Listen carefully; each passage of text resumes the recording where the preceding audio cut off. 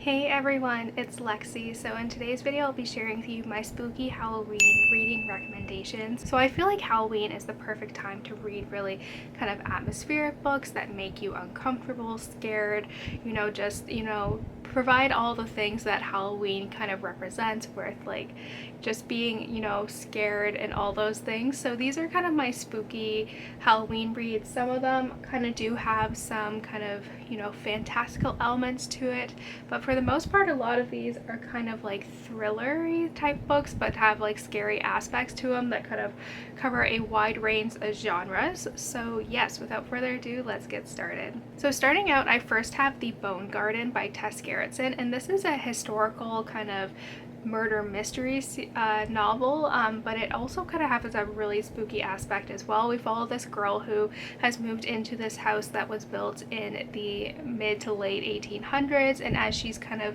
cleaning up the rosebed, she uncovers this kind of like skeleton that has been buried in her like rose garden for over 100 years, and so she is trying to investigate how this body ended up in this house and has been there for so long. And so while she's investigating, we get these flashbacks into Boston during the mid 1800s, where we follow a girl named Rose whose sister has just died during childbirth, and she's left to care for her niece. And while this is going on, there are these strings of murders taking place that have the city on edge, and she ends up forming an unlikely bond with this medical student who in exchange for not being able to afford his tuition, the medical school sends him to kind of rob graves of bodies, and so they kind of get intertwined and it goes off from there. But what I think is really spooky about this, especially with the murders taking place, is that you can just totally picture this cobblestone 1800s, Boston with like fog and just all this stuff going on. Like, it was totally atmospheric and creepy, and Tess Gerritsen does it in a way that I was totally immersed in it. Like, I could totally visualize what was going on in this world, and it was so creepy and a lot of fun, and I love the mystery aspect in here. It, like, honestly, it was really a suspenseful thriller. So if you like murder mysteries but you also like historical fiction, then I feel like this is a good cross between the two genres, because honestly it was a wild ride. And if you're looking for something that's a little bit spooky, good to read by the fire when it's like wet and cold and rainy outside, then this is the perfect book to read. Next up, I have Dark Places by Gillian Flynn, and this is my favorite Gillian Flynn book. I do love Gone Girl, I do like Sharp Objects, but this one is definitely my favorite. So it follows this girl who is one of the lone survivors of a massacre that took place that ended up murdering her entire family.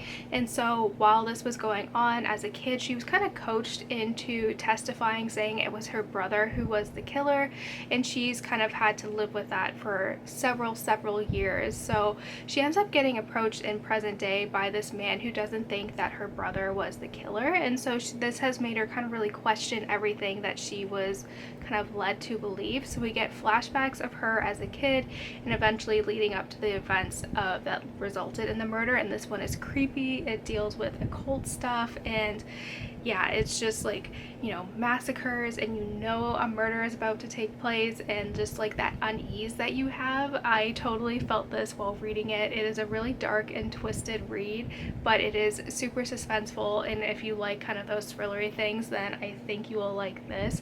Again, it's very dark, so just kind of be aware of that. There is a lot of trigger warnings, and I'm sure you can find them on Goodreads of like what to be aware of.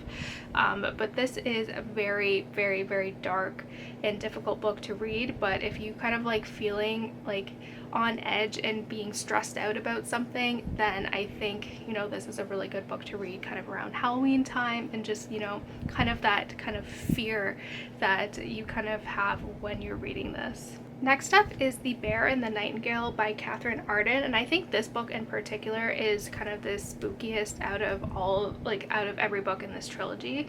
And this is a kind of historical fiction fantasy that is loosely based on Russian folklore.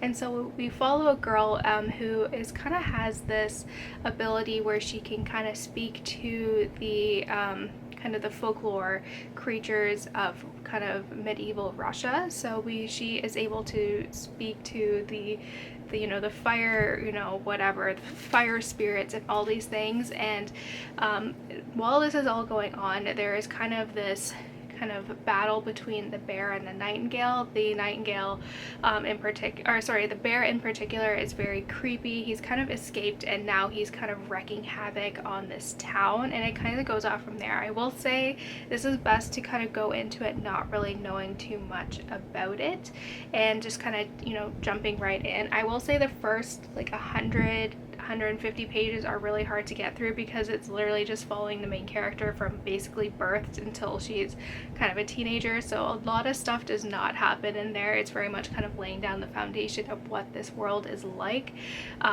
So it's not very exciting, but you need to push through those first like 100 pages because after that this series just takes off and it goes from there. But again, this is a very sorry, my Siri is listening, but this is a very kind of atmospheric read, and again, it's one that is creepy, and it's just totally, you can like visualize everything on in your head, and you're just totally like gripped from the first page. So like I said, this is an amazing trilogy.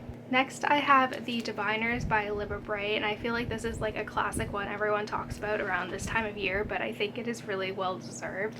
And so this one is really, again, I remember reading this and it was in the summer and it was dark outside and I was like, this is just really creepy. Like I was like freaked out, and like my bedroom's on the main floor too, so I'm like always have like this subconscious fear of like someone like peering into my windows while I'm sleeping. So this did not help with that, but it takes place during the Roaring 20s in New York City, and we follow this kind of misfit group of what are known as diviners, and these are people that have some sort of paranormal gift to them. They can either, you know, touch an object and know the history of those who have, you know, worn that object or own that object. One person can walk through dreams, like those type of things. And so there is this kind of, you know, dark kind of ghost that is wreaking havoc on the city, that is kind of going through a murdering spree, and just the way this is written is so creepy. Like basically, I'm trying to even remember like the name of the like villain in here, but it is honestly so creepy. And it was just the way it's written, because you could totally just picture like this vibrant, you know, New York City during the 20s and Prohibition, but while there's like these murders taking place, and the chapters that are kind of, you know, about the murders are really creepy and eerie, and they just like make your like skin crawl. Like it was just really creepy, and I felt like, again, like I said, I actually was a little bit scared reading this, just because I was so like, because she creates such this like this, you know, very big atmospheric, you know, world, and you're engrossed in this world, and there's just like this sense of unease that is there, and I think that makes this a tremendous book to read. It like, I love this quartet so much, and especially in like the later ones, it kind of brings important dialogue of a lot of the kind of societal problems that are very relevant again now, and I think she does a good job of kind of not showing this era through kind of a rose-tainted, you know, lens. She kind of criticizes this era with like eugenics, racism, all those things that have kind of come about, kind of cycled back in to our kind of everyday dialogue as well. So that's also very interesting as well. And lastly, I have The Winter People by Jennifer McMahon, and this one is, again, something that's outside of my comfort zone, but I really loved it, and it is totally creepy.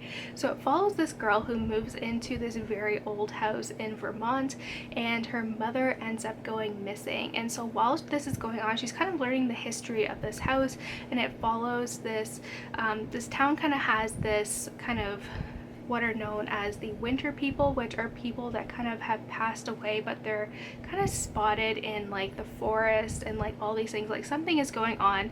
And we get flashbacks to the original owners of this house whose daughter ended up dying, and you kind of ends up getting like supposedly murdered by her mother, and so you kind of get the events leading up to this, and it was just creepy, and just like the like the feeling of someone watching you through the woods is like that makes like your hair stand up on your arms. Like I had that reading this, and again, it's something that's outside my comfort zone, but I ended up really liking it because it was slightly kind of paranormal, slight mystery, so it was very different from what I normally read, but I really like this, and I think she does a really good job at building the suspense and kind of building the fear and just kind of creating these images in my head that even till this day I still think of when I think of that book, because that's how much it creeped me out.